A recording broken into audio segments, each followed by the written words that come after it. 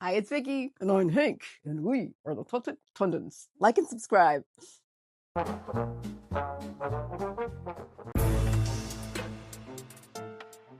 Okay, so today in odd news. All right, what you got? So beware the Santa Cruz, California otter. Beware the otter. The otter. Beware. Okay. Why are you saying beware the otter? Oh, let me tell you the story. Isabella Ordonez, she's on her surfboard. Okay. Surfing. Okay. She feels a nip on her foot. She rolls off the board and she looks, what was it? An otter. Yes, he had taken over her board. He took over her board, yes, and she couldn't do anything for 20 minutes until it felt the ride because he was a nasty otter. My gosh, really? Yeah. Well, no, this has happened 2 summers already. This is not the first time. No. This otter, H41, they think it's the same otter. Anyway, that's what it does. It kind of attacks everybody and it jumps on the board and it takes over the boards in the ocean. Wow, what are they going to do about it? Nothing.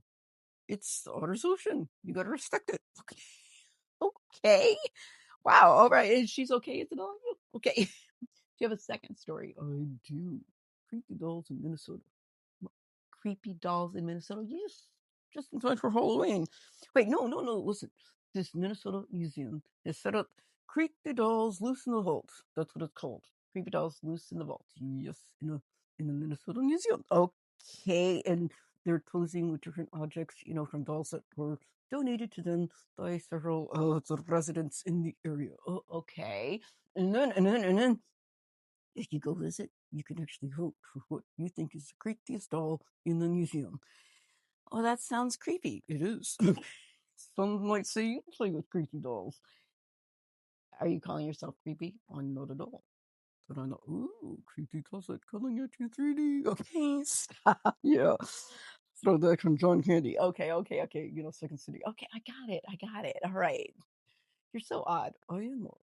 The news is odd and true. And we'll see you later. Well, hello. It is just me with reality, and I'm with Vikki. And we're doing Real Housewives of Potomac. Oh, what? I got the tea. The Osefos, Wendy and Happy Eddie Osefo. His name isn't Happy Eddie. I like it. Okay. They got arrested. They did for fraud. Looks like 16 counts of fraud, which is crazy, right? What did you think about that? I mean, they seem like such a united husband and wife. But can I say, look, I'm not all that shocked. Wendy always came off as very fake to me, and I was always surprised they kept her on the show as long as they did because she was kind of like a Mia to me. Like everything seemed very put on. Oh, you don't think that of the others? No, I think Giselle and Ashley are pretty much you get what you get and you don't get upset. Oh, like Karen Huger too. Yes, exactly. I mean, of course, there's some faults of some putting on because it is a show. And but yeah, Wendy's always came off as very false to me. Oh, there you go. Okay, well, who knows what's gonna happen? I have no idea. Well, and Karen's out. Karen is out. And anyway, we got to know the new girls a little better this episode. I will say, yes, we did. Who has an English accent? She's Nigerian and she was raised in England. And then Angel, who is very good friends with Kierna. Yes, Kierna is a very big part of this season for sure. And her, Kierna and Wendy try to talk things out, but Wendy burst out with this really fake laugh, and I was like, "What are you doing?" Well, that's what I mean. Like everything seems very fake to me. Like she's like, "Ah, it was fake." And even Kieran was looking at her like, "What are you doing?" Yeah, same thing we had. What are you doing, face? Right? Yeah. And Stacy is, well, once again, I don't think she can tell the truth. I think she's a Nina too. I know. I don't need Stacy here either. I mean, I like when it's like Giselle and Ashley and Karen, and they're just sure a little elevated for TV, but they're great at the reads and everything. But their storylines aren't so falsified. And I gotta say, Stacy, Don't buy it. Not at all. Not at all. No, no, no, no. Yeah, and well, but I like the friendship between Angel and Kierna. I do like that too, and it seems like looks like they're trying to, damage that a little bit. Well, a little bit. But it was a good episode, wasn't it? It was a good episode, moving the story along forward. Yeah, the races are happening, and they're going to go on a trip. Yeah, next week. Yes, so that should be exciting. Yeah, so it's a little short recap, but I really wanted to give you the tea on Wendy and her husband, Osefo. Hola, it is Tenerati with Nos.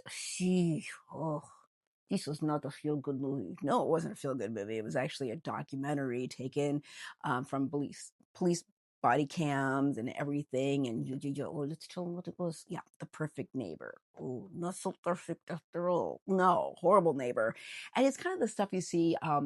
There's a show called Fear Thy Neighbor on ID channel, and it kind of is that kind of vibe, right? To this one. Oh. So Ajike Owens, she was murdered by the Susan Lawrence.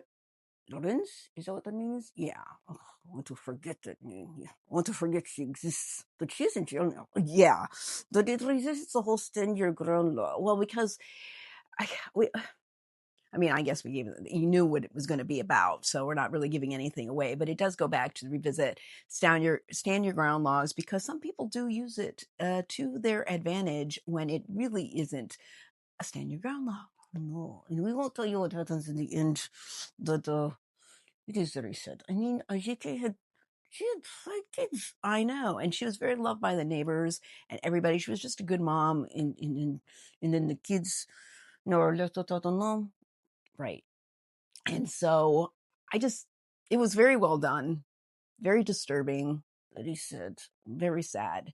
But it's on Netflix, and if you do like, I can't say really like, but if you're interested in documentaries like that, like I said on IG channel, Fear Thy Neighbor, and that kind of thing, this one was really well done and painful to watch. But, I think to give respect to Ajike and the kids and everything, I think it is a must see. Oh, I do agree. Must see. Well, howdy. It is Nardi the News with trending news for use.